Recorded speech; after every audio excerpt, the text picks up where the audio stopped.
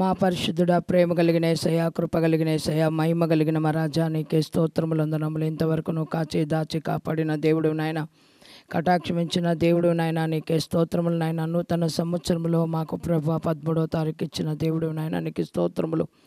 రెండవ శనివారం ఇచ్చిన దేవుడు నాయన, నీ కృతజ్ఞత స్తోత్రములు చెల్లిస్తున్నాము. ఏమై ఉన్నాము నీ కృపను బట్టి, నీ దయను బట్టి, నీ ప్రేమను బట్టి ఉన్నాం ప్రభు. ఉదయం నుంచి ఇప్పటి వరకు నువ్వు కాచి దాచి కాపాడిన దేవ, ఇది మొదలుకొని నువ్వు కాచి దాచి కాపాడే కృపా దయ కనికరిము చూపిన దేవ స్తోత్రం. నీ రక్తపు నీడలో దాచి నాయన, నువ్వు నాయన సమస్తము చేయగలిగిన దేవ, నీ రక్తపు కోట కంచేసి కట్టు, నీ అగ్ని కంచి కాపుదలు తెచ్చి, నీ దేవదూతలను కాపుదలుంచు నాయన. పాటల ద్వారా, ప్రార్థన ద్వారా, వాక్యము ద్వారా నిన్ను మాత్రమే మహింపరిచే కృపాదయ కనికరము చూపమని, ఆరంభం నుంచి ముగింపు వరకు నీ పరిశుద్ధాత్మ స్వరూపంలో భద్రపరచుకొని నడిపించమని త్వరలో రాబోతున్న నజరేయుడైన యేసుక్రీస్తు నామములో అడుగుతున్నాం తండ్రి, ఆమెన్, ఆమెన్. గడచిన కాలం కృపలో మమ్ము దాచిన దేవా, నీకే స్తోత్రము. కాపాడిన దేవా, నీకే స్తోత్రము. గడచిన కాలం కృపలో మమ్ము దాచిన దేవా, నీకే స్తోత్రము. కాపాడిన దేవా, నీకే స్తోత్రము. పగలు రేయి కనుపాపవలే కాచిన దేవా, నీకే స్తోత్రము. మమ్ము కాపాడిన యేసు, నీకే స్తోత్రము. హల్లెలూయా, స్తోత్రం యేసయ్యా, హల్లెలూయా, స్తోత్రం యేసయ్యా, హల్లెలూయా, స్తోత్రం యేసయ్యా, హల్లెలూయా, స్తోత్రం యేసయ్యా.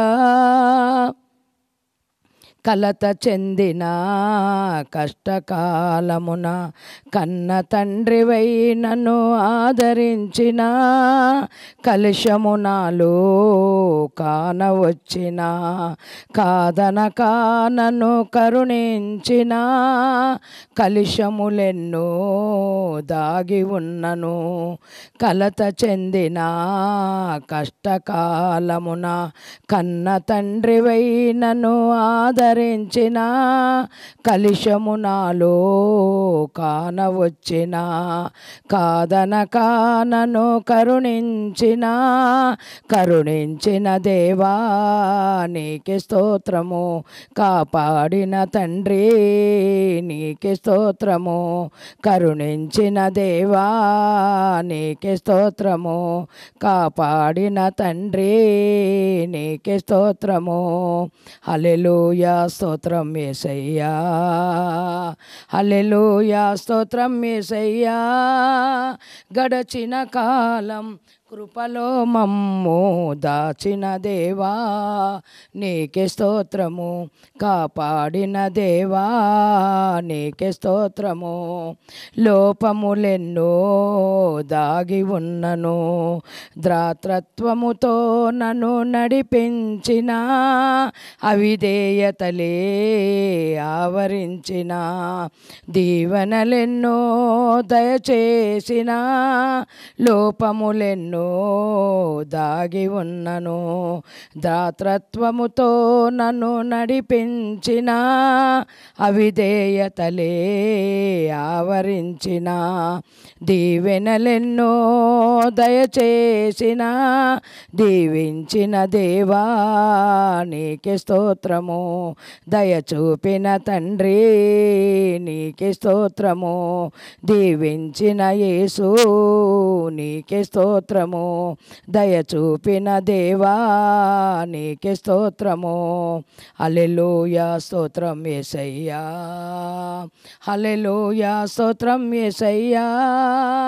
గడచిన కాలం కృపలో మమ్ము దాచిన దేవా, నీకే స్తోత్రము. కాపాడిన దేవా, నీకే స్తోత్రము. దయచూపిన తండ్రి, నీకే స్తోత్రము. కరుణించిన యేసు, నీకే స్తోత్రము. హల్లెలూయా, స్తోత్రం యేసయ్యా, హల్లెలూయా, స్తోత్రం యేసయ్యా, హల్లెలూయా. ఎలుగు గురించి కొద్దిగా మాట్లాడదాం. మనకు ఎలుగు కావాలంటే, మనము ఎలుగు వాగ్దానాలు మనకు కావాలంటే మనం ఏం చేయాలా? దేవునికి లోబడి ఉండాలా. లోబడి ఉన్న వారికి ఎలుగైన వాగ్దానములు మనకి ఈరోజు ఎలుగైన వాగ్దానములు. ఎలుగు ఎవరికెవరికి వస్తుందంటే దేవుని మాటకి లోబడి దేవునికి లోబడిన వారికి మాత్రమే ఎలుగు ప్రసారం ఇస్తుంది అన్నట్లు.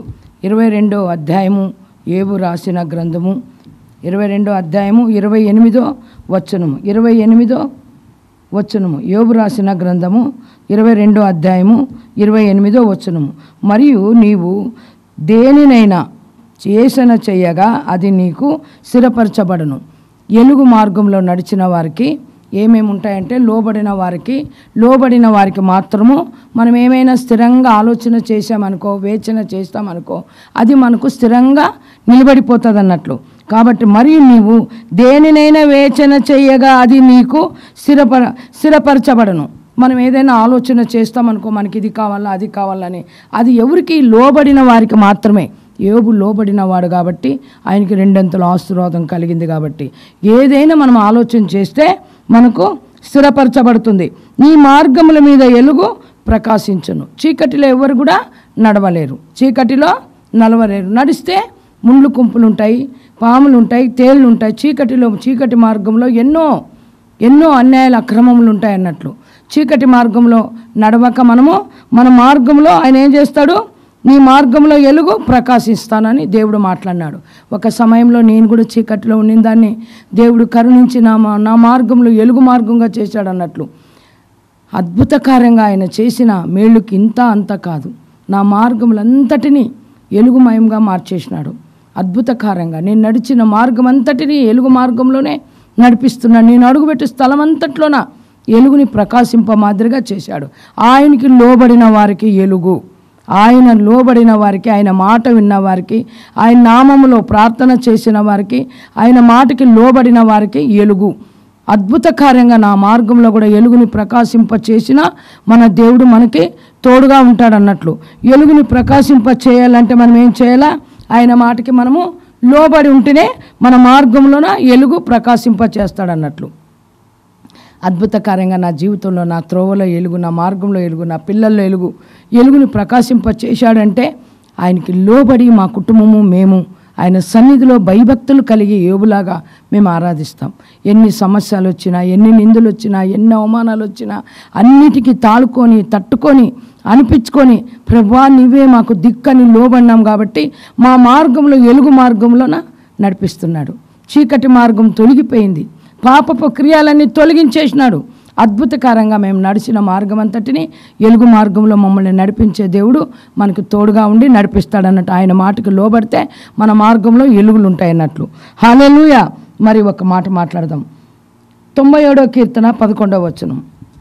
97వ కీర్తన 11వ వచనం.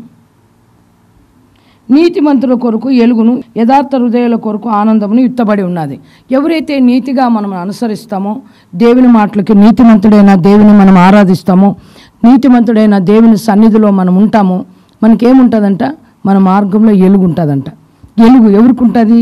అద్భుతకరంగా మాట్లాడుతున్నట్లు ఎవరికి ఉంటుంది ఎలుగు? అద్భుతకరంగా నీతిమంతుల కొరకు ఎలుగు ఇత్తబడి ఉంది. నీతిమంతుల కొరకు ఎలుగు అందరికీ కాదు, దుష్టులకి, దుర్మార్గులకి కాదు, లోకంలో అన్యాయం అక్రమం చేసేవారికి కాదు. దేవుడు మాట్లాడింది నీతిగా ఆయన కొరకే జీవించి ఆయన నీతి మార్గంలో నడిచిన వారికి మాత్రం హల్లెలూయా ఎలుగు ఉంటుంది అన్నట్లు. అలాగే యథార్థ హృదయాల కొరకు ఆనందమును ఎత్తుబడి ఉన్నది. యథార్థ హృదయంతో మనం ఉండాలి. ఏం మాట్లాడినా ముందు ఒక మాట వెనుకొక మాట మనం మాట్లాడకూడదు. ఏది మాట్లాడినా మనం యథార్థంగా మాట్లాడితే మనకు నాయన ఆనంద తైలముగా మనం అభిషేకింపబడతాము. విత్తబడింది, ఆనందం విత్తబడింది మన కొరకు. అక్కడ మాట్లాడినాడు ఆనందమును విత్తబడి ఉన్నది మన కొరకు. ఏం విత్తబడి ఉంది? ఇత్తనం విత్తితే అర్ధం ఇత్తనం విత్తలేం, మనము పగలగొట్టి విత్తలేం, మనము పూర్తి గింజనే మనం విత్తేది. కాబట్టి ఆ గింజ ఏమవుతుంది? 100 ఫలిస్తుంది అన్నట్లు. అర్థం ఇత్తనం విత్తితే ఫలిస్తుందా? ఫలించదు. కాబట్టి మనం ఏం చేయాలో తెలుసా? పూర్ణ హృదయంతో, యథార్థమైన హృదయంతో మనం ఆనందం ఇత్తబడాలి. ఆనందముతో, సంతోషముతో మనం ఇత్తబడతాం అన్నట్లు. ఎప్పుడైతే నీతిమంతుల కొరకు ఎలుగు ప్రకాశింప చేశాడో దేవుడు, ఆ తర్వాత మనకి ఆనంద తైలముతో అభిషేకించే దేవుడు, ఆనందం ఇత్తబడతాం మనం. ఎప్పుడైతే నీతి మనలో వస్తుందో ఆనందం వస్తుంది. మనలో నీతి ఎప్పుడైతే వస్తుందో యథార్థ హృదయం వస్తుంది. ఎవరికి ఏం మాట్లాడాలంటే కూడా భయపడతాం. ముందొకటి వెనకొకటి మాట్లాడము. ఏం మాట్లాడినా మొకసూటిగా మనం మాట్లాడతామన్నట్లు. అలాగే మొకసూటిగా మాట్లాడే కృప మాకు దయచేయనైనా. యథార్థవంతులుగా మమ్మల్ని మార్చునైనా, నీతిమంతులుగా మమ్మల్ని మార్చునైనా అంటే దేవుని దగ్గరే మనము ఆడుకోవాలన్నట్లు. మూడో మాట మాట్లాడదాం. 113:8. 113 కీర్తన 8వ వచనం. ఆయన నేల నుండి దరిద్రులను లేవనెత్తువాడు. ఒకళ్ళకి దరిద్రతో బాధపడుతున్నావేమో, నీతిగా ఉండి ఏది చేయలేకపోతున్నావేమో, దరిద్రతో బాధపడుతున్నావేమో. ఆయన అంటాడు, ఆయన నేల నుండి దరిద్రులను లేవనెత్తువాడు, పెంట కుప్పల మీద నుండి బీదలను పైకెత్తువాడు. పెంట కుప్పల మీద ఒకరోజు నేనున్నాను, బీద పరిస్థితుల్లో నేనున్నాను. ఈ పొద్దు నన్ను జ్ఞాపం చేసుకొని ఆయన ఎలుగు మార్గంలో నడిపిస్తూ, ఆయన మార్గంలో నన్ను నిలబెడుతూ, ఎలుగు మార్గంలో నిలబెడుతూ, నీతి మంత్రాలుగా తీర్చిదిద్ది, నీతి సూర్యుడైన యేసయ్యను ఆరాధించేందుకు కృప చూపి ఆయన ఏం చేసినాడు? నన్ను ఆయన జ్ఞాపం చేసుకున్నాడు. నా దరిద్రత అంతటిని పోగొట్టినాడు. ఒక సమయంలో నా దరిద్రత అంతా ఇంత కాదు, చెప్పలేనంత దరిద్రత. నేను పిల్లల్ని పట్టుకొని చాలా వేదన బాధపడేదాన్ని నేను.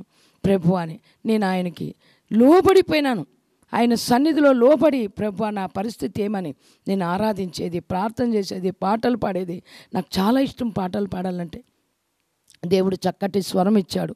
అద్భుతకారంగా నాకు పాటలు పాడే ఆత్మ, ఆ ప్రార్థన చేసే ఆత్మ నాకు ఇచ్చాడు. రాత్రి పొగులు నేను దేవుని సన్నిధిలో గడిపేదాన్ని, నిద్ర పోగొట్టుకోను. కానీ అందుకే ఆయన ఏం చేసినాడంట? ఆయన నేల నుండి దరిద్రులను లేవనెత్తువాడు, పెంట కుప్పల మీద నుండి బీదలను పైకెత్తువాడు. నా దరిద్రత పోగొట్టాడు, లేవనెత్తాడు. పెంట కుప్పల మీద, పెంట అంటే ఎనుగొడ్లు పని చేసేదాన్ని నేను. ఒక సమయంలో చాలా కష్టపడేదాన్ని, ఎనుగొడ్లు పని చేసేదాన్ని. ఆ స్థానంలో నుంచి ఈరోజు నన్ను పైకి లేవనెత్తాడంటే, వాక్యం చెప్పే కృపనిచ్చినాడంటే. నాకేం చదువు లేదు ఎక్కువ, దేవాది దేవుడు చదువుకోలేదు నేను. దేవాది దేవుడు ఆత్మ జ్ఞానముతో బైబిల్ చదివే కృపనిచ్చినాడు. పెంట కుప్పల మీద నుంచి ఎనుగొడ్లు పని చేసేది, రొచ్చు మోసేది, పెండగా నూకేది నేను. ఎన్నో పనులు చేసేదాన్ని నేను. గడ్డి మోసేదాన్ని. 4 గంటలకి 3 గంటలకు లేచి ఎనుగొడ్లు పై గడగాల అన్ని పనులు చేసేదాన్ని. నా దరిద్రత అంతా ఇంత ఊహించలేని దరిద్రత. ఆ దరిద్రతలో నుంచి నన్ను దేవుడు కాపాడి ఎలుగు మార్గంలో నడిపించినాడు. ఎప్పుడు? ఆయనకు లోబడినప్పుడు, ఆయనకి లోబడి ఆయన సన్నిధిలో నేను కనపడినప్పుడు, ఆయన సన్నిధికి లోబడి ఆయన మాటకి లోబడినప్పుడు, అప్పుడు నా దరిద్రతను పోగొట్టి పెంట కుప్పల మీద నుంచి నన్ను లేవనెత్తి ఉన్నతమైన స్థలంలో దేవాది దేవుడు నన్ను ఆదుకున్నాడు అన్నట్లు. హల్లెలూయా. మరి 118:27 వచనం, 118వ అధ్యాయము అదే కీర్తన. హల్లెలూయా, ప్రైజ్ ద లార్డ్. ఆయన అంటాడు, యెహోవావే దేవుడు, ఆయన మనకు ఎలుగును అనుగ్రహించి ఉన్నాడు. మనకి దేవుడు ఎవరున్నారు? ఆకాశమందు కానీ, భూమందు కానీ, పాతాళమందు కానీ ఆయనే దేవుడు. మనకు లోబడితే ఆయన మనకు ఎలుగు మార్గంలో నడిపించేదే కాక ఆయన ఎలుగై ఉన్నాడు. ఎలుగైన యేసయ్యా నా ప్రాణనాథుడా. చూడు, చక్కటి పాట దేవుడు భక్తులు కట్టారన్నట్లు. మన జీవితాంతం పాడినా కూడా మనము తీర్చుకోలేమన్న రుణం. అందుకే యెహోవావే దేవుడు, ఆయన మనకు ఎలుగు అనుగ్రహించి ఉన్నాడు. ఉత్సవ బలిపశువును త్రాళ్లతో బలిపీఠ కొమ్ములను కట్టుడి. మనం బలిపీఠం దగ్గరుండి మన బలి అర్పణ చేసుకోవాలి. ఆయన సన్నిధిలో బలిగా అర్పించుకొని మనము ఉత్సాహంతో దేవుని సన్నిధిలో ప్రార్థన చేస్తే ఆయనే దేవుడు. అంటే మనకు ఎలుగుగా ఉంటాడు ఆయన. ఎలుగులో ఎన్ని పనులైనా చేయగలుగుతాం. పగటిపూటే ఎలుగు, రాత్రిపూట ఎలుగుండదు. రాత్రిపూట ఎలుగులో ఉండరు. రాత్రిపూట ఎక్కడుంటారు? చెడ్డ మార్గంలో ఉంటారు, చెడ్డ ఆలోచనలో ఉంటారు, చెడ్డ తలంపుల్లో ఉంటారు, బీర్బార్లో ఉంటారు. దొంగలు రాత్రి వస్తారా పగలొస్తారా? రాత్రి కదా వచ్చేది. రాత్రి వచ్చి ఇండ్లు కబ్జా చేస్తుంటారు, బుడుకుతుంటారు అన్నట్లు. చీకటి శక్తులన్నీ దూరపరిచి మనల్ని ఎలుగు మార్గంలోన యెహోవావే ఎలుగని మనం అనుకుంటే, యెహోవాను ఆశ్రయిస్తే మన మార్గంలో ఎలుగై ఆ దేవుడు మనకుంటాడన్నట్లు. 1వ సబ్జెక్ట్ అయిపోయింది అన్నట్లు. 2వ మార్త కీర్తనల 112 యథార్థవంతులకు ఏం కలుగుతుందంట? యథార్థవంతులకు, లోబడిన వారికి ఎలుగు. యథార్థవంతులకు కూడా ఏమని ఉంటుంది అనేది మనం వాక్యం చెప్పుకుందాం. 112:4 కీర్తన 112:4. హల్లెలూయా. 4వ వచనం, యథార్థవంతులకు చీకటిలో ఎలుగు పుట్టును, వారు కటాక్షమును వాత్సల్యతయు నీతియు గలవారు. యథార్థవంతులకు చీకటిలో ఉంటే కూడా మనకు ఎలుగు ప్రకాశింపజేస్తాడంట. చీకటిలో గొర్రెలు కాసేవారికి ఈ దేవదూత పోయి ఎలుగుని ప్రకాశింపచేశాడు. జ్ఞానులకి నక్షత్రం కనపడి ఎలుగుని ప్రకాశింపచేశాడు. దానివేలు బాధపడి ప్రార్థన చేసేటప్పుడు ఎలుగుని ప్రకాశింపచేశాడు. ఎలుగు, దేవాది దేవుడు ఎలుగు. అక్కడ అంటాడు, యథార్థవంతులకు ఒక చీకటిలో మనమున్న, చీకటి మార్గంలో ఉన్న ఎలుగుని ప్రకాశింపచేస్తాడు. అద్భుతకార్యంగా ప్రకాశింపచేసే దేవుడు దేవదూతను పంపి ప్రకాశింపచేస్తాడు. చీకటి మార్గంలో మనం నడిచామో అనుకో, ఆయన ఏం చేస్తాడు తెలుసా? మనల్ని రక్షించి ఆయన తీసుకొస్తాడు అన్నట్లు. ఒకలాగే మునిగిపోతున్నాను అని ఒక ఆయన భక్తుడు అంటాడు, అయ్యా నీలాగా నేను నడుస్తాను అంటాడు అన్నట్లు. నడు, నాలాగే నడు అంటాడు అన్నట్లు. నడిచి వచ్చేటప్పుడు లోకం వైపు చూశాడు. లోకం వైపు చూస్తే మునిగిపోతున్నాడు. మునిగిపోనీకి ఇయ్యలే. ప్రభువా నన్ను రక్షించు అనే తలకల్లా యేసు ప్రభు చేయబెట్టి పైకి లేపి నిలబెట్టాడు. నీళ్ళ మీద ఆయన నడిచేటప్పుడు ఆయన వైపు చూస్తే మనం కూడా నీళ్ళలో నడుస్తాం. పేతురు ఆయన వైపు చూసేంత వరకు బాగా నడిచాడు. ఎప్పుడైతే లోకం వైపు చూశాడో మునిగిపోనీకి ప్రయత్నం చేశాడు. భయమైంది. ఆ తర్వాత ప్రభువా అన్నాడు అన్నట్లు. మనం కూడా ఎక్కడైనా చీకటిలో ఉన్నామేమో, మునిగిపోయే జాగలో ఉన్నామేమో, బాధపడే జాగలో ఉన్నామేమో, ఆయన్ని ప్రభువాని కొలిస్తే మన చీకటి మార్గంలో కూడా యెహోవా మనకి ఎలుగుగా ఉంటాడన్నట్లు. యథార్థవంతులకు చీకటిలో కూడా ఎలుగు పుడుతుందంట. హల్లెలూయా, ప్రైజ్ ది లార్డ్. వారు కటాక్షమును వాత్సల్యతయు నీతియు గలవారు. ఎవరు వాళ్ళు? ఎప్పుడైతే ఎలుగు వస్తుందంటే దేవుని కటాక్షం మనకు వస్తుంది, వాత్సల్యత మనం పొందుకుంటాము, నీతియుక్తంగా మనం ఉంటాం. మనం ఏది చేయాలంటే కూడా లోకానికి భయపడతాం, మనం దేవునికి భయపడతాము, సంఘానికి భయపడతాము, పెద్దలకి భయపడతాము, పిల్లలకి భయపడతాము. అద్భుతకారంగా దేవాది దేవుడు మనల్ని కాపాడే దేవుడు మనకి తోడు ఉంటాడు అన్నట్లు. కింద మరి ఒక మాట మాట్లాడదాం. 5వ వచనము, దయాళును అప్పిచ్చువారును భాగ్యవంతులు. ఎప్పుడైతే యథార్థవంతులుగా ఉంటారో దయగల హృదయం ఉంటుంది. దయాళులు అప్పిచ్చువారిని భాగ్యవంతులు అన్నారు. అప్పు తీసుకునే వారిని భాగ్యవంతులు అనలే. అప్పు తీసుకొని దరిద్రతకి ఎప్పుడు ఏడ్చేవారిని భాగ్యవంతులు దేవుడు అనలే. ఎప్పుడు చూస్తే కూడా ఏడుపు ముఖం పెట్టుకునే వాళ్ళని భాగ్యవంతులు అనలే. అక్కడ ఏమన్నాడు? దయాళును అప్పిచ్చేవారును భాగ్యవంతులు. మనం ఎవరున్నామో అప్పిచ్చేవారుగా ఉండాలి కానీ అప్పు తీసుకునేవారుగా ఉండకూడదు. అదే 128 ద్వితోపదేశ కాండంలో 28వ అధ్యాయంలోన మాట్లాడతాడు. 12వ వచనంలోన, మిమ్మల్ని తలగా ఉంచుతాను కానీ తోకగా ఉంచను, మిమ్మల్ని అప్పిచ్చేవారుగా చేస్తాను కానీ అప్పు మీరు తీసుకోరు. అప్పిచ్చేవాడు ఎప్పుడు పై చేయి ఉంటుంది కానీ అప్పు తీసుకునేవాడు ఎట్లుంటాడంటే కింది చేయిగా ఉంటాడు. మనల్ని పైగానే ఉంచుతానన్నాడు కానీ కిందగా ఉంచనలే. యథార్థవంతులకి అద్భుతకారంగా చీకటిలో కూడా ఎలుగుని ప్రకాశింపచేసే దేవుడు, మన మార్గంలో ఎలుగుని తేజరింపచేసే దేవుడు, మనం నడిచిన మార్గంలో కూడా ఎలుగుని ప్రకాశింపచేసే దేవుడు. అలాగే దయాళులై మనము దయాళును అప్పిచ్చువారును భాగ్యవంతులు. న్యాయ విమర్శలో వారి వ్యాజ్యము గెలుచును. మనకు కోర్టు కచార్లు, పోలీస్ స్టేషన్లు, కొట్లాట్లు ఎన్నో వస్తుంటాయి భూమి మీద. చెదారు ఎంతో గాలికి వస్తుంటుంది. సుడిగాలి, ఇసుపుగాలి ఎక్కడి నుంచి విసురుతుందో విసిరినప్పుడు వస్తుంటుంది. వచ్చినప్పుడు మనం ఏం చేయాలో తెలుసా? దేవుని దగ్గర ప్రార్థన చేస్తే మన న్యాయ విమర్శంలో మన వ్యాజ్యమే గెలిచేది. ఒక ఆయన అంటాడు, కోర్టుకు పోయినాడు, నేను గెలవలేకపోయినానంటే నీ న్యాయం ఏముందో, అన్యాయం ఉందేమో, అక్రమం ఉందేమో, ఎన్నో ఉన్నాయేమో. కాబట్టి కోర్టులో కానీ, కచార్లో కానీ, పోలీస్ స్టేషన్లో కానీ, అధికారుల దగ్గర కూర్చున్నప్పుడు కానీ, నిలబడినప్పుడు కానీ నువ్వు నీతివంతుడుగా, యథార్థవంతుడుగా, దేవునికి లోబడిన వాడుగా ఉంటే ఆ వ్యాజ్యంలో నీవే గెలిచేది. న్యాయం నీ పక్క దేవుడు మాట్లాడతాడు. దేవుడు మాట్లాడి నీకు న్యాయం చేస్తాడు. న్యాయ విమర్శలో వారి వ్యాజ్యము గెలుచును. ఎందుకు గెలుస్తుందంటే నువ్వు నీతిమంతుడు, దేవునికి ప్రార్థన చేయవాడివి, యథార్థపరుడివి. నీ మార్గంలో ఎలుగు ప్రకాశింపచేస్తుంది. ఎలుగైన యేసయ్య మనకు తోడుగా ఉన్నాడు. మన మార్గంలో ఎలుగైన యేసయ్య నడుస్తూ అద్భుతకారంగా నడిపిస్తున్నాడు అన్నట్లు. ఒక సమయంలో నేను కూడా చీకట్లో నడిచిన దాన్ని, కానీ ఇప్పుడు ఎలుగు మార్గంలో ప్రతి క్షణం నడిపిస్తాడు. దర్శనాల ద్వారా మాట్లాడతాడు, కళల ద్వారా మాట్లాడతాడు, వాక్యం ద్వారా మాట్లాడతాడు, అద్భుతకారంగా మాట్లాడతాడు. దేవాది దేవుడు అద్భుతకారంగా మాట్లాడుతున్నాడు అన్నట్లు. బిడ్డల్లారా, అన్నల్లారా, అక్కల్లారా, మీరు కూడా దేవాది దేవుని వైపు చూస్తే మీరు దయాళును అప్పిచ్చువారును భాగ్యవంతులుగా, మీ కొట్లాట్లో, మీ నిందల్లో, మీ అవమానాల్లో మీ వ్యాజ్యమే గెలుస్తుంది. ఎవరు మిమ్మల్ని అన్నా మీరు ఓర్చుకొని పోండి. న్యాయ విమర్శలో వ్యాజ్యం గెలిచేది మనదే. ఎవరికి? మంచి మనసు ఉన్నవారికి, లోబడిన వారికి, అద్భుత కార్యములు చేయవారికి.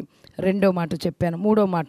మూడో మాట నీతిమంతుల కొరకు సామెతలు 4:18. పట్ట పగలు వరకు ఏకువ ఎలుగు తేజరెళ్ళునట్లు నీతిమంతుల మార్గము అంతకంతకు తేజరెళ్ళును.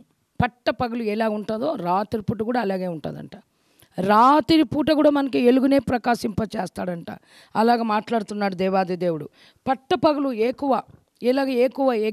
ఏకువ జామున ఎలాగ ఎలుగు ప్రకాశింప ఉదయిస్తున్నాడో సూర్యుడు, అలాగ ఉదయిస్తామంట. నీతిమంతులకు ఏమని ఉండదడా?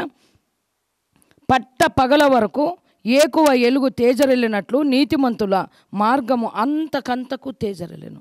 నీతిమంతుల మార్గము అంతకంతకు తేజరెళ్ళను. ఎప్పుడు? దేవుని ఆశ్రయించినప్పుడు, దేవునికి లోబడినప్పుడు, నీతిమంతులుగా ఉన్నప్పుడు. పట్టపగలు ఎలాగుంటుందో, ఫస్ట్ పగలంటే ఎండ పొద్దప్పుడు 12 గంటల నుంచి 1 గంట 2 గంటల వరకు చూడండి, 11 గంటల నుంచి సూర్యుడు ఎలాగా ఉదయిస్తున్నాడో, మనం ఎక్కడ నడిచినా కూడా ఆయన ఎలుగు పట్ట పగలులాగా మనం అంతకంతకు తేజరెళ్తాం. రాత్రి ఉంటే కూడా మనకు పగలుగా ఉంటుంది అన్నట్లు. పరలోకం రాజ్యంలో పగలు లేదు, రాత్రి లేదు, ఎండ దెబ్బ లేదు, వడదెబ్బ లేదు, వాన దెబ్బ లేదు. బంగారు వీధుల్లో ఎలాగ తిరుగుతున్నామో, యేసుప్రభు ఎలుగై మనకి ఎలాగుంటాడో అక్కడ సూర్యుడు లేడు, చంద్రుడు లేదు, ఆకులు దెబ్బలు లేవు, 1, 2 కూడా లేదు. కాబట్టి అక్కడ మనం ఎలాగా ఎలుగు మార్గంలో ఉంటామో, నీతిమంతులు భూమి మీద కూడా పట్ట పగలు తేజరెళ్తారు. అంతకంతకు భూమి మీద కూడా వాళ్ళకి పగలు దెబ్బ గల, ఎండ దెబ్బ కానీ, ఎన్నెల దెబ్బ కానీ తగలదు. పట్ట పగలు ఎలాగ ఎలుగుంటుందో రాత్రి సమయంలో కూడా నీతిమంతులకి అంతకంతకు ఎలుగు ప్రకాశింప చేస్తుంది అన్నట్లు. మరి అక్కడే యేసయ్య దాన గుణములు గల వారికి మాట్లాడదాం. యేసయ్య 58:7-8 దాన గుణములు కలవారు. మనము ధర్మము చేసినప్పుడు మంచి మనస్సాక్షితో మనము ధర్మం చేయాలి. నీ ఆహారము ఆకలి కొని వారికి పెట్టుటయు, నీ రక్త సంబంధికి ముఖము తప్పింపకుండుటయు, దిక్కుమాలిన బీదలను నీ ఇంట చేర్చుకొనుటయు, వస్త్రహీనుడు నీకు కనపడినప్పుడు వానికి వస్త్రములు ఇచ్చుటయు, ఇదివే గదా నాకు ఇష్టమైన ఉపవాసము. అలాగ నువ్వు చేసిన వెడల నీ ఎలుగు ఏకువ చుక్కవలే ఉదయించును. ఇవి చేయాల. మనం అవి చేస్తాము ఇవి చేస్తామనేది కాదు. బీద వాళ్ళని చేర్చుకోవాలా, వస్త్రం లేని వారికి వస్త్రం దయచేయాలా, అన్నం లేని వారికి అన్నం పెట్టాలా. ఇవి మనకు ఏకువ చుక్క ఎలుగు ఎలా ప్రకాశిస్తుందో మన కుటుంబాలు, మన గర్భఫలం, మన వంశధారకులు అలాగా ప్రకాశిస్తామన్నట్లు. హల్లెలూయా. నీ ఆహారం మన ఆహారం తినేటప్పుడు మన ఇంటికి ఎవరైనా వచ్చిరనుకో, అన్నం లేదు అయిపోయింది, మనతోనే లాస్ట్ అనుకో, ఆయనకి నువ్వు పెట్టి నువ్వు పస్తుండు. దేవుడు ఒకడు చూస్తాడు, నీకు వాక్యం అనే ఆహారం సమృద్ధిస్తాడు. పక్కింటి వారికి కానీ, ఎదురింటి వారికి కానీ, ఇంట్లో వాళ్ళకి కానీ, ఎవరైనా బీదలు నీ ఆహారం ఆకలి కొని వచ్చిన వాళ్ళకి కానీ నువ్వు తినే ఆహారం పెడితివా, అద్భుతకారంగా దేవాది దేవుడు నిన్ను ఆశ్రయిస్తాడు, సమృద్ధి ఆశ్రయిస్తాడు. నీ ఆహారం ఆకలి కొని వారికి పెట్టుటయు, నీ రక్త సంబంధి ముఖము తప్పింపకుండునట్లే. రక్త సంబంధి వస్తాడన్నట్టు. బాధలు ప్రతి ఒక్కరికి కలుగుతాయి. రక్త సంబంధి వస్తే కొంతమంది ఏం చేస్తారు తెలుసా? మకం తప్పించుకుంటారు. ఏం అడుగుతారో డబ్బులని. మకం తప్పించుకోవద్దండి. దేవాది దేవుడు ఒకడు చూస్తుంటాడు అన్నట్లు. మన రక్త సంబంధి ఎవరైనా సరే మన దగ్గరికి వచ్చినప్పుడు మనం వాళ్ళని కరుణించాలా, కటాక్షించాలా. వాళ్ళ కష్టాల్లో మనం పాలుపప్పులు పొందాలి. వాళ్ళ బాధల్లో మనం బాధగా అనుభవించాలి. ఎవరు వచ్చినా మన సహాయం కోరి మనం మాత్రం ఏమి కూడా అనకూడదు. మకం తప్పించుకోకూడదు. ఇట్లా మకం తప్పించుకుంటారు కొంతమంది. మకం తప్పించుకొని ఏం చేస్తారంట? మకం తప్పించుకొని వాళ్ళు కనపడరింగా బయట వాళ్ళు కూర్చొని వెళ్ళిపోవాలన్నట్లు. తప్పించుకోకూడదు. అప్పుడే మన ఎలుగు ప్రకాశించేది. నీ రక్త సంబంధికి ముఖము తప్పింపకుండానట్లు దిక్కుమాలిన బీదలను నీ ఇంట చేర్చుకునుటాయి. దిక్కుమాలిన బీదలు మనం చేర్చుకోము. ఎవరిదైనా ఆస్తి వస్తుందంటే చేర్చుకుంటాం. నా ఇంట్లో ఎంతోమంది దిక్కుమాలిన బీదలు ఇదివరాండ్రు ఉన్నారు, మీకు తెలియదు. మా ఇంటికి వచ్చి చూడండి. దిక్కుమాలిన బీదలకి నేను ఎలాగున్నాను? బీదలకి ఒక దేవుడిగా వాళ్ళకి కనపడతాను నేను. యేసైన తర్వాత అమ్మ నువ్వే మాకు దేవుడు అంటారు. అట్లా అనొద్దండి. దేవుడు నాకు ప్రేరేపణిస్తేనే మీకు పెట్టగలుగుతానంటాను. దిక్కుమాలిన బీదలు, ఏమీ లేని స్థితిలో బీదల్ని నా ఇంట్లో ఎంతోమందిని చేర్చుకొని నేను భోజనం పెడతాను అన్నట్లు, అలాగే దిక్కుమాలిన బీదల్ని, ఇదువరాండ్రని, ఎవరికి వాళ్ళకి సాయం చేసేటోళ్ళు లేరు అట్లటోళ్ళు నేను ఇంట్లో చేర్చుకొని వాళ్ళకి సమృద్ధి, వాళ్ళకి ఏది అవసరమో అది నేను జయ చేస్తాను. నేను తినే భోజనమే వాళ్ళకి పెడతాను, వాళ్ళు తినేదే నేను తింటాను. హల్లెలూయా. అలాగే వస్త్రహీనులు, దిక్కుమాలిన బీదలను చేర్చుకున్నట్టయి అదొక ఆశీర్వాదమే. వస్త్రహీనుడు నీకు కనపడినప్పుడు వారికి వస్త్రములు ఇచ్చుటయి. వస్త్రహీనుడు రోడ్ల మీద ఎంతోమంది అంగళ కాడ పండుకొని ఉంటారు. చలికి మనం ఒక్క చలికి తట్టుకోలేము, ఇంట్లో ఎన్ని రొగ్గులు కొప్పుకొని పండుకుంటాం. వస్త్రహీనత, బట్టలు లేక ఎంతమంది రోడ్డు మీద ఉన్నారు. ఒక సమయంలో నా చరిత్రలో 50 ఏండ్లు వెనుక భాగం పోతే నాకు బట్టలు ఇడిస్తే బట్టలు లేవు, లంగా ఇడిస్తే లంగా లేదు, జాకెట్ ఇడిస్తే జాకెట్ లేదు. కట్టుబట్టలతో నేను నా కొడుకుని తీసుకొని బొంబాయికి వెళ్ళాను. ఈ పొద్దు నేను ఎంతమందికి నేను బట్టలుగా ఉండిపోయినానో నాకే తెలియదు, ఎంతమందికి బట్టలు పంచుతున్నానో నాకే తెలియదు. వస్త్రహీనతలకి ఎవరికి కూడా నేను తక్కువ చేయలేదు. అది నాకు ఈ వాక్యం చదివినప్పుడు నాకు నెప్పుకొచ్చింది. 25వ అధ్యాయంలో కూడా యేసుప్రభు అన్నాడు, నేను ఆకలిగా ఉన్నప్పుడు నువ్వు ఆహారం పెట్టావా, నేను జైల్లో ఉన్నప్పుడు నాకు చూసేకొచ్చావా, నేను రోగంతో ఉన్నప్పుడు నన్ను పలకరించేందుకు వచ్చావా, నాకు బట్టలు లేనప్పుడు బట్టలు ఇచ్చినావా. ఎన్ని మాటలు మాట్లాడినాడు యేసుప్రభు. నేను ఎప్పుడు చేసినాను, నా సహోదరులో ఒకరికి చేస్తే నాకు చేసినట్లా అన్నాడు యేసుప్రభు. నేను ఎంతమందికి బట్టలు, రొగ్గులు, మంచి చెడ్డ ఈ పొద్దు నేను చెప్పుకోలేకపోతాను. నేను చెప్పుకుంటే పెద్ద కథ కాదు. మీరు మా ఇంటికి వచ్చి చూస్తే యేసయ్య దివ్యవాక్య మినిస్ట్రీకి ఆదివారం ఆరాధనలో మీరు పాల్పప్పులు పొందుకొని చూస్తే మీకు అర్థమవుతుంది. వారంకు 100 మందికి భోజనం చేస్తారు మా ఇంట్లో. వారంకి 100 మంది భోజనము సిద్ధపాటు మేమే స్వయంగా చేస్తాం. మా కోడలు, మా ఇంట్లో ఒక లక్ష్మి ఉంది, ఆమె, మా రాధమ్మ, మరి ఈరమ్మ, మరి వీళ్ళంతా కలిసి చేస్తారు. తెలుసా, వారంకి 100 మంది భోజనాలు సిద్ధపరుస్తాం. హల్లెలూయా. వస్త్రహీనుడికి నీకు కనబడినప్పుడు వానికి వస్త్రములు ఇచ్చుటయు. ఇదివే కదా నాకు ఇష్టమైన ఉపవాసం. ఉపవాసం ఉండి కొట్లాడతారు, ఉపవాసం ఉండి వ్యాపారాలు చేస్తారు, ఉపవాసం ఉండి ఎన్నో చేస్తారు. నేను 100 రోజులు ఉపవాసం ఉండేదాన్ని. ఒంటి పూట తినేది. పొద్దు 7 గంటలకు అన్నం తింటే రేపు 7 గంటలకే అన్నము నీళ్ళు. 100 రోజులు ఉన్నాను. 40 రోజులు ఉన్నాను ఒక్క పూట అన్నంతోనే. 3 రోజులు నీళ్లు తాగినట్లే దేవుని బలిపీఠం పట్టుకొని నేను ప్రార్థన చేసేదాన్ని. అందుకని ఆయన ఏకు చుక్కగా ఎలుగ్గా నన్ను మార్చాడు. ఏకు చుక్కగా ఎలుగ్గా నన్ను మార్చిన కారణము అది. ఆయన అంటాడు, ఇదివే కదా నాకు ఇష్టమైన ఉపవాసము, ఇదివే కదా నాకు ఇష్టమైన ఉపవాసము. అలాగును నువ్వు చేసిన వెడల, ఇవన్నీ మనం చేసిన వెడల నీ ఎలుగు ఎలాగుంటుందంట, మన ఎలుగు ఎలాగుంటుందంట, ఏకువ చుక్క వలె ఉదయించును. మనం ఎలా ఉదయిస్తామనంట, ఇంకా మనకి అస్తమింపడు సూర్యుడు, చంద్రుడు అస్తమింపడు, ఏకువ చుక్కగా మనము ఉదయిస్తామన్నట్లు. ఎప్పుడు మనం ఇవన్నీ చేసినప్పుడు. అందుకే యేసుప్రభు అంటాడు అన్నట్లు, నాకు ఆహారం పెట్టాలా. ఒక గిన్నె నీళ్ళు, మంచినీళ్ళు ఇస్తే కూడా అన్ని పరలోకంలో రాస్తుంది పేరు అన్నప్పుడు. మరి ఇన్ని చేసినప్పుడు మనకి ఎంత ఘనత ఉండొచ్చు, దేవుని సన్నిధిలో ఎంత మహిమ ఉండొచ్చు. వారానికి 100 మందికి మేము భోజనాలకు సిద్ధపరుస్తాం. 10:30కి ఆరాధన స్టార్ట్, 12:30కి ముగిస్తాను. 1 గంటకి భోజనం చేసుకొని ఎవరింటికి వాళ్ళే ఇండ్లకి వెళ్ళిపోతారు అన్నట్లు. అద్భుతకార్యంగా సంఘము నడుస్తున్నది అన్నట్లు. సాయిబాబా నగర్లో ఉంటుంది యేసయ్య దివ్యవాక్య మినిస్ట్రీ. పైన 1st ఫ్లోర్, 2nd ఫ్లోర్లో ఉంటుంది. వాక్య పరిచర్య నేనే చేసేది. అద్భుతకారంగా అనేక అద్భుతకారంగా అక్కడ జరుగుతున్న ఎంతోమంది మేళ్ళు పొందుకొని సాక్ష్యాలు కూడా చెప్తున్నారు. ఎన్నో మేళ్ళు మందిరంలో జరిగినాయి, సాక్ష్యాలు కూడా చెప్తున్నారు. అద్భుతకారంగా మనము దేవుని సన్నిధిలో భయభక్తులు కలిగి ఉంటే ఎన్నో మేళ్ళు కలుగుతాయన్నట్లు. మనకు ఏకుచుక్కుగా ఎలుగుగా ఉంటాడన్నట్లు. లోబడిన వారికి ఆయన ఎలుగుని ప్రకాశింపచేస్తాడు. యథార్థవంతులకి ఆయన ఎలుగుని ప్రకాశింపచేస్తాడు. నీతిమంతుల కొరకు ఎలుగు ఇత్తబడి ఉంది. దాన గుణము గల వారికి ఆయన ఎన్నో మేళ్ళు చేస్తాడు. అద్భుత కార్యములు చేసిన దేవుడు, ఆది సంభూతుడైన దేవుడు ఆయన మనకు తోడుగా ఉండి నడిపించే దేవుడు. రేపు ఆదివారం ఆరాధన ఉంది. ఎవరైనా రావాలనుకుంటే ఈ వాక్యం విని రావచ్చు. అద్భుతకార్యంగా అక్కడ వాక్యం జరుగుతుంది. మీరు వచ్చి మేళ్ళు పొందుకోవచ్చు. మరి ఉదయించే ఏకవచ్చుకుగా మనం ఉండాలంటే ఇవన్నీ దాన గుణములు మనలో ఉండాలి. లోబడే గుణం ఉండాలా, నీతిగల్లే గుణం ఉండాలా, మరి యథార్థ హృదయం ఉండాలా. లోబడే మనసు ఉండాలి, యథార్థ హృదయం ఉండాలి. నీతిమంతులుగా ఉండాలి, దాన గుణములు ఉండాలి, మనం ఇంకొకరికి పెట్టేవారుగా ఉండాలి. ఇవి చేస్తే మనము ఉదయించే చుక్కవలే ఉంటామన్నట్లు అద్భుత కార్యంగా మన మార్గంలో ఎలుగు, మన కుటుంబాల్లో ఎలుగు, మన పిల్లల్లో ఎలుగు, మనం చేసే ప్రతి ప్రయత్నంలో, మన త్రోవలో, మన మార్గంలో ఎలుగైన దేవుడు మనకు తోడుగా ఉండి నడిపించును కనుక ఈ వాక్యము ప్రార్థన చేసుకుందాం. తలలోంచండి. మా పరిశుద్ధుడా, ప్రేమ కలిగిన యేసయ్య, కృప కలిగిన యేసయ్య, మహిమ కలిగిన యేసయ్య, మహోన్నతుడా, నీకే స్తోత్రాలు, వందనాలు ప్రభువా.